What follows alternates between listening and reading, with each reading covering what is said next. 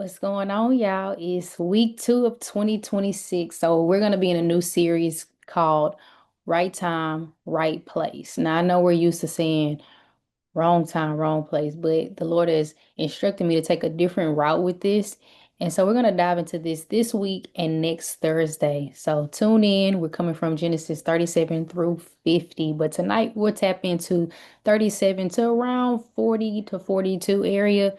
But be blessed, and I pray that you enjoy this replay of tonight's Bible study.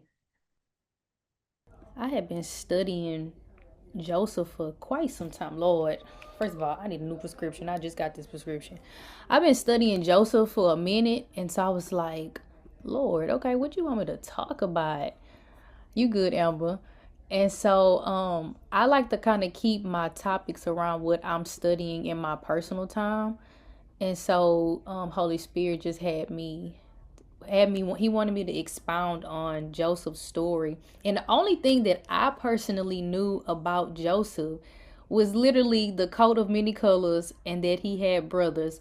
Outside of that, I've never done any research on my own. And so that's why I say it's so important. It's cool going to church, it's cool hearing your preachers speak and all of that, but you got to get in that word for yourself to really like expound and understand, just like we talked about in Habakkuk last week.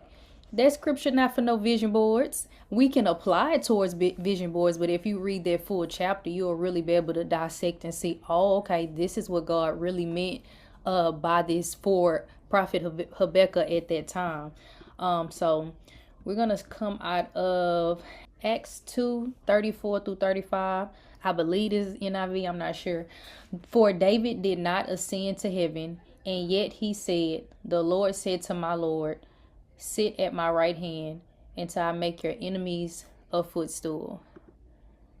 Next scripture. So my title is Right Place, Right Time. Of course, I said we're talking about Joesph. And this is a long story, but y'all, it's so good. Like the way I read stories to myself, it be like, oh, there's some hot tea about this man. So I really broke it down, the scripture, so we wouldn't have to just go through all of them. But I did break, like y'all seen in the group me, I broke them down so we can just kind of get a little overview. Genesis, not who is generous? Genesis 37, 3 through 4. Israel, who is Joseph's dad. Israel loved Joseph more than any of his other sons because he was the child of his old age, and he made him an elaborately embroidered coat. When his brothers realized that their father loved him more than them, they grew to hate him. They wouldn't even speak to him. Okay. Genesis 37, 13 through 14. And Israel said to Joseph, as you know, your brothers are grazing the flocks near Shechem. Come, I am going to send you to them. And he said, he very well, he replied. So he was ready. He was 17 at this time. He ready to go hang out with his brothers, learn the business. They got all this land, this field. They got all these crops and animals. So he just ready to learn the business at this point. So this is where they traveled from, and I'll get into this a little later. But basically, they was in Hebron. If you see at the top left, he had to travel to Shechem, which is about I'll tell you guys later in the story in my text, but that's how far he had to travel. And it wasn't no little short walk, and it wasn't no little short ride on a donkey either. Genesis 37, 18 through 20. But they saw him in the distance, and before he reached them, they plotted to kill him. Here comes that dreamer, they said to each other. Come on now, let's kill him and throw him into one of those cisterns, which is a well, and say that a ferocious animal devoured him. Then we'll see what comes of his dreams. And I believe this may be the last scripture. Let me see. Yeah. The Lord was with Joseph so that he prospered, and he lived in the house of his Egyptian master. When the master saw that the Lord was with him and that the Lord gave him success in everything he did. All right. How many of y'all are familiar with this story? Like, not just the coat, but like, are y'all familiar with like the full story? And if you can't talk, you can just throw it in the chat too. Okay, let me pull this back up. Because like I said, I just knew the basics of the story. I didn't do no further investigation. Of course, I had started reading Genesis like back in October to like, I keep starting over and over and over, and I finally finished it Amber said not the details. Okay. So I finally finished it last night, and boy, man, it was so good. Like, I really felt like I was watching like a Netflix series because it was that good. Like, this was really going on. And normally, well, from the stories that I've read in the Bible before, normally they don't really be too lengthy unless I'm tripping, but they be like short to the point, and it's like it seemed like details are missing. But this was a pretty long story. Okay, so I'm gonna give y'all a rundown of the story. So his brothers hated Joseph because of their dad Israel, which is his original name was Jacob. They basically projected his emotions to set up Joseph for his right place, which is our theme for tonight. Joseph had a dream that his brothers would bow down to him, and they began to hate on him. Once again, this is right timing. At 17 years old, this is what the hatred started early on. It's crazy. Y'all older than him. No telling the age gap, but you hating on your teenage brother because your daddy favors him more, right? So this kind of brings me to one of my first points. If you taking notes, people will hate you because you're kind.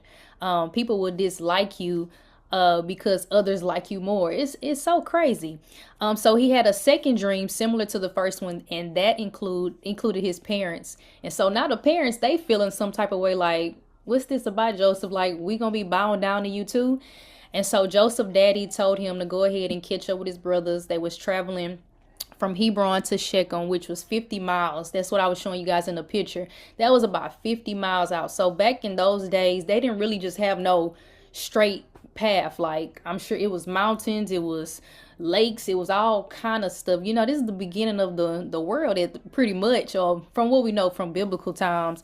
So his family had donkeys, they had cattle. So I'm gonna be under the assumption that he was probably on a donkey, but nevertheless, that was still a long way to go just to catch up with his brothers. But he was being obedient, and I'm sure he was probably just excited to be about his father's business, not God's business, but his father's business, literally.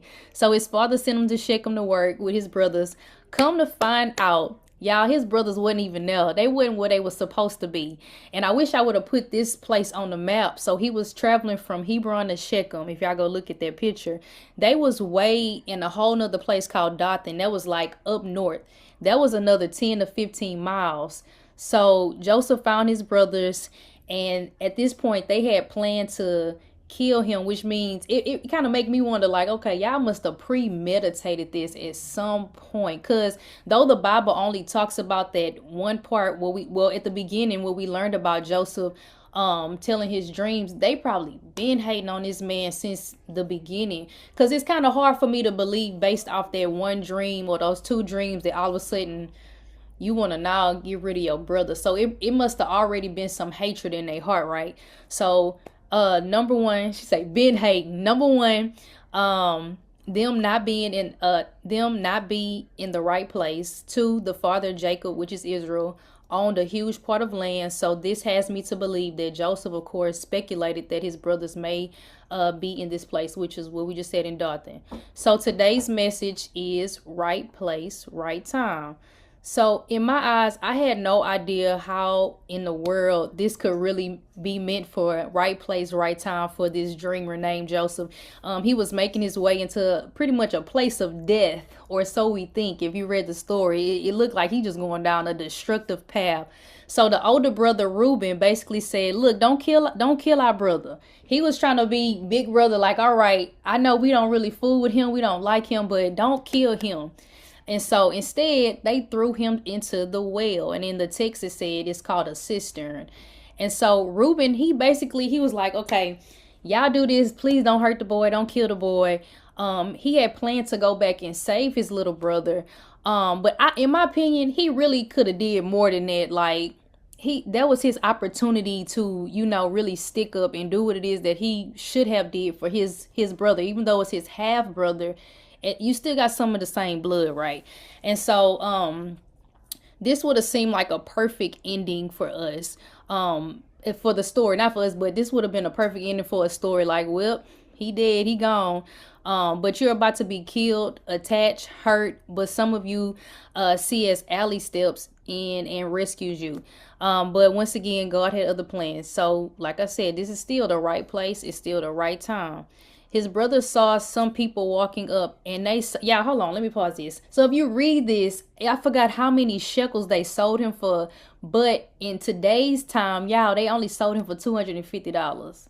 That's so whack. If you gonna sell somebody as a slave, at least get some onions, at least get some bread off of it. So that really threw me for a loop. Like, y'all really don't think nothing of y'all brother. And it's like 10 of y'all, 11 y'all, whatever, and y'all gonna split this $250. Like, that was so whack to me.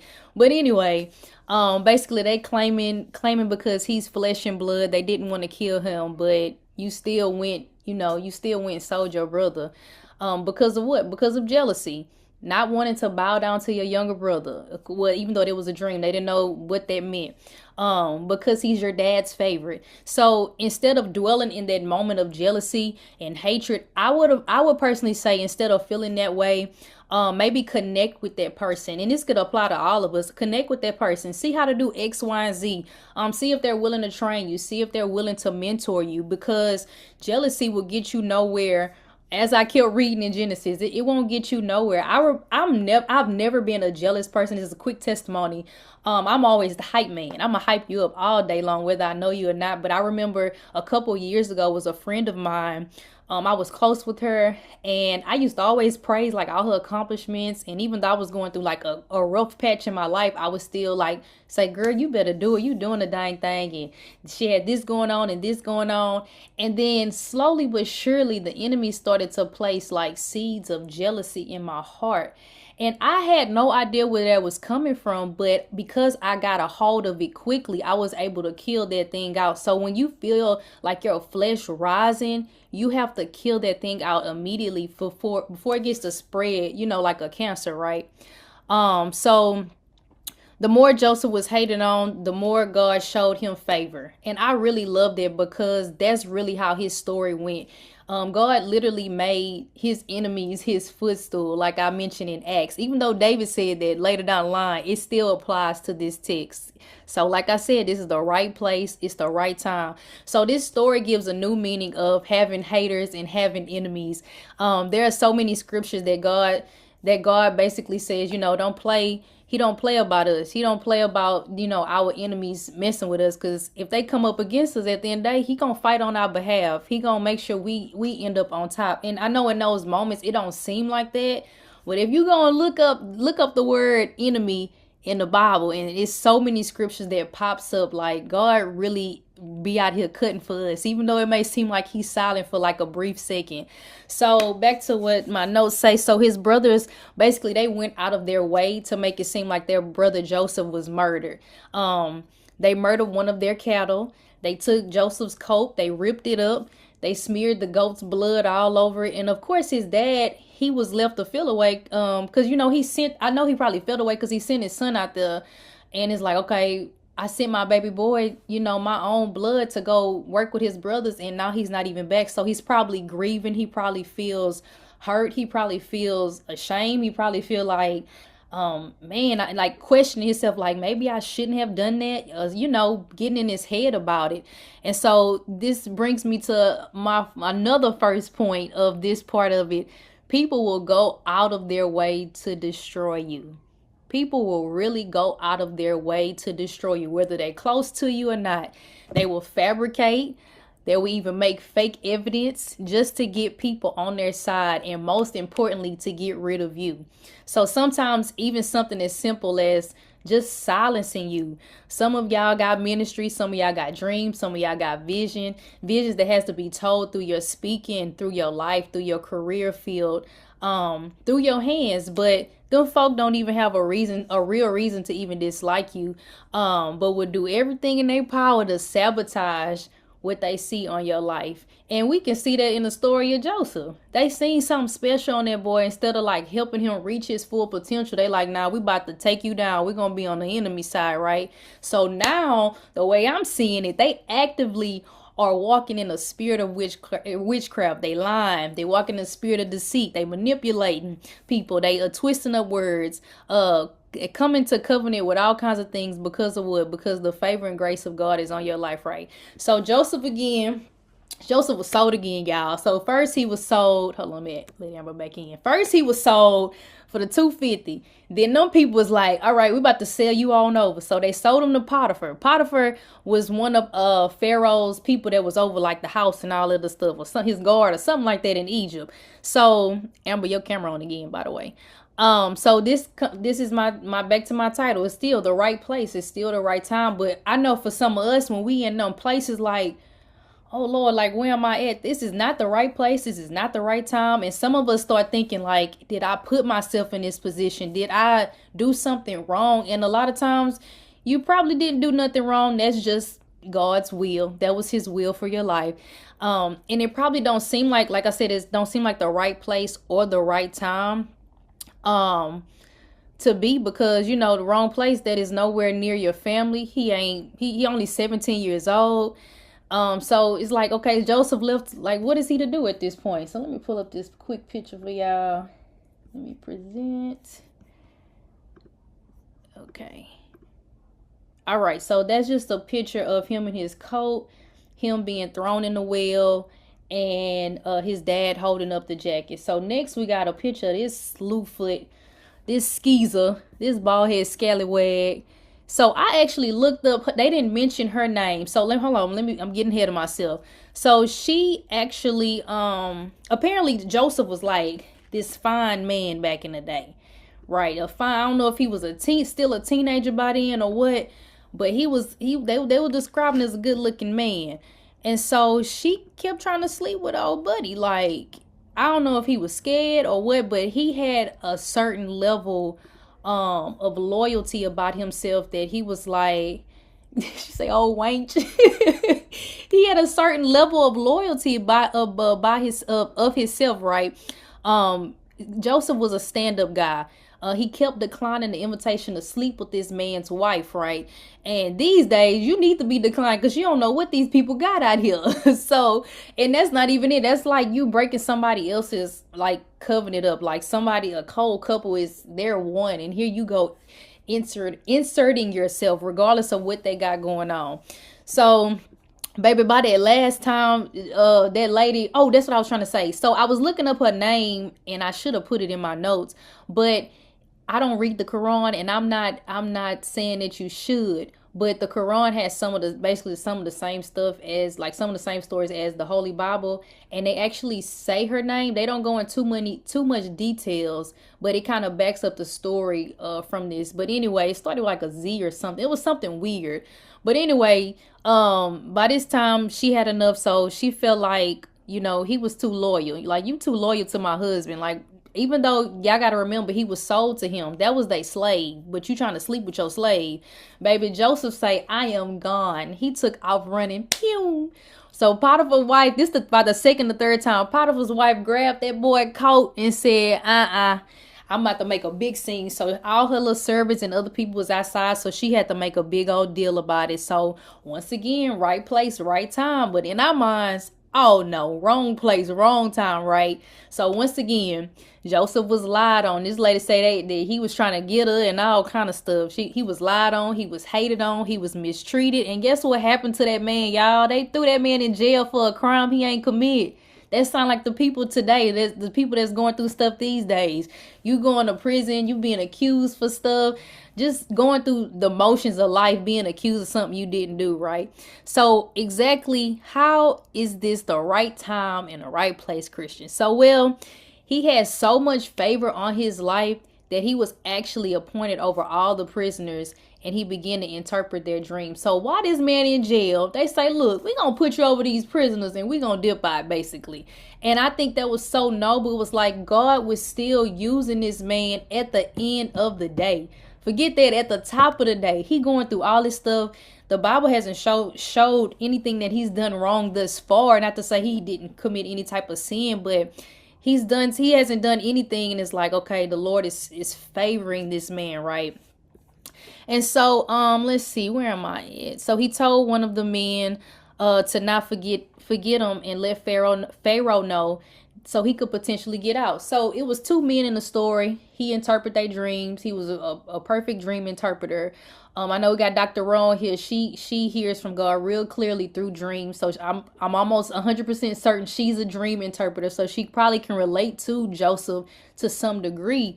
And so he told this man, look, you going to get out and you going to get ate up, but you going to get out and you going to do all this stuff with cupboards and other stuff. But don't forget about me. You got to tell Pharaoh so he can come and get me, right? Child, they forgot about that man. 2 years went by. Why is he still in jail? They didn't forgot about little Joesph. So I'm thinking maybe he in about his 20s or right around this time.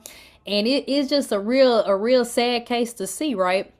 And so, let's see. This like I mentioned earlier about Habakkuk. So we talked about last week, though it tarry, wait for it. In Habakkuk 2, all of this ties in because we may feel like God abandoned us, but the whole time God is using us. She's not passed out after 2 days. He's shaping us, and he's literally getting us ready to be in to fulfill a position that we need to be in, right? So this kind of reminds me of a testimony I always share. When I was in 2023, I had lost my job. I was fired days before Christmas. Then a few weeks later, I lost my car. Going into the new year, my lights was off. Y'all, it was cold at that time. I think at this time, I think I still was kind of getting something on food stamps. And I was, mind you, I'm a single parent at this time, full force. And I'm facing a possible eviction, but all of this pushed me back to be in my hometown, which was a place I wasn't trying to come back here.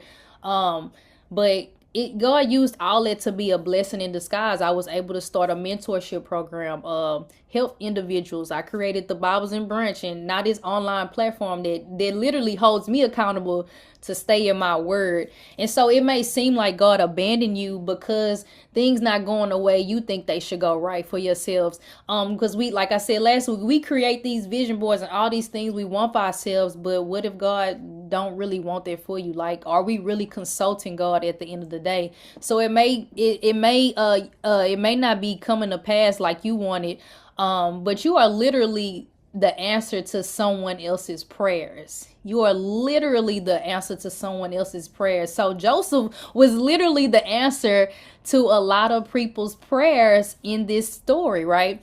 So Pharaoh he had a dream and he needed to interpret it. So by this time, the man that was in jail with Joesph, he ended up saying, hey, Pharaoh, we got to go get Joesph. He over your prisoner. So you need to get him out because that's who can interpret your dream. Baby, Pharaoh went and got him. He wanted that dream interpreted immediately.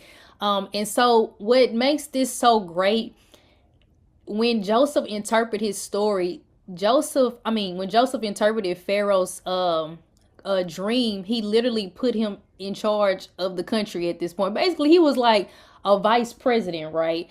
And so Pharaoh gave him rings. Pharaoh gave him jewelry. He gave him robes. I'm going to throw this quick little picture up real quick. And so now he's second in command. And y'all, what really got me was Pharaoh trusted him so much to the point that, he trusted him so much because of the interpretation, that anything that came through the city or whatever, he went through Joesph first to say, okay, well, Joesph needs to make that decision. So any decision, wasn't made unless Joesph said it was okay, right? And so at this point, we halfway through the text, and Joesph ends up getting his name changed. I can't remember if it was Pharaoh or God, but they changed his name to Zephanath. And that means God speaks and he lives. So he ended up getting his name changed. That man got blessed with a wife. He got 2 sons. And mind you, he still ain't seen his family since, right? And so I suggest that y'all read more of these chapters because it basically sums it up. I'm really just giving you the first half.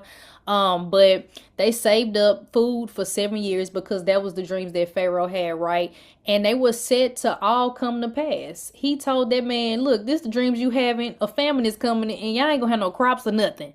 So Joesph, like I said, he was at the right place at the right time. So around this time, I was being calculating. I'm not too good at math, but he around 30 years old at this point. Mind you, this man been gone since he was 17. That I would be scared, first of all, because where's my people? But God was positioning him to help this entire country. How crazy is that, right? So So, yes, God could have chosen anyone, but he chose Joseph. Just like y'all. He could have chose anybody, but he chose y'all to go through the trial that y'all going through. He chose y'all because y'all, he's literally positioning y'all for wherever y'all trying to go, whatever prayers y'all didn't prayed over time. He's put y'all in position in the same way. Just like Joseph got to go through the hard trials and going through the betrayal, the lies, maybe the attempted murder. Because the country that he was in, it was said to be in lack. But the Bible, it doesn't specifically say that he complained, like I mentioned earlier, but he in fact acknowledged God for helping him by a way. He loved God so much in that moment that he named his sons like that has something to do with his situation and to honor God. One of his sons was Manasseh, which means forget, and Ephraim, which means double prosperity.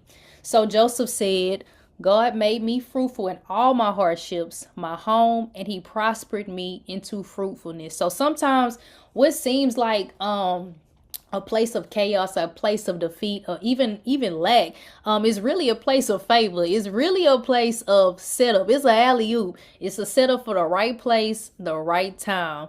So imagine if the plans would have gone through and they would have killed Joseph. None of this wouldn't happen. We probably wouldn't even be having this Bible study over Joseph. We'll be talking about something else. My point number 2, if Joseph would have been brought back to his dad by his brothers Reuben, them brothers probably really would have tortured him. So if you think about it in the grand scheme of things, the Lord probably really was protecting him from evil. So he decided to had him go through throw him in the well, sold twice, accused of rape, thrown in jail for 2 years, all to get him to somebody else to help them versus just letting them stay with them brothers to get tortured. No telling. And like I said, we don't know his origin, so no telling what they've been doing to him. So this could have been a prayer that somebody been praying for Joseph to rescue him. This is things that you just got to think about a little deeper when you're reading the word, right? So God actually uses betrayal to get Joseph out of a potential chaotic situation. This is just how I'm seeing it. It probably wasn't even that deep, but I'm making it that deep because that's how I thought about it when I was reading it last night. And so we'll talk more about the chaos of Egypt next week, because we'll get more into the famine and y'all gonna find out if he got back with his brothers or not. But anyway, so even though, Joseph, he was lied on, he was sold twice, he was in prison for 2 years. And even though everybody forgot about him, the Lord saw him and truly favored him for his sacrifice of his gift that he shared in the moment of people in prison. He didn't have to interpret their dreams. He could have been like, I'm not telling y'all a dang thing. I'm trying to figure out how I can get out of here. He could have been bitter in that moment. He resisted temptation from that lady. The Lord enlarged his territory, all because he was in the right place at the right time, and he did not take action into his own hands. He was upright and he was obedient. Joseph is definitely in the right place at the right time. And I am done. And I pray that this message encourage you, whatever you're going through. Think about it like this: I'm really in the right place at the right time. And I know that may be hard to think about. I know my eyes are getting wide because I'm thinking, even for myself, in full transparency, every day I wake up like, Lord, this is really the right place and the right time for me. Baby, right place, right time, huh? Yo, just going through that was really good. I feel like I've been through that story about 3-4 times. Listen, catch us next week for Right Place, Right Time. We're going to wrap this thing on up so y'all can see what happened with them brothers, see what happened with that daddy, see what happened with Pharaoh, see what happened in Egypt. All right, y'all be blessed.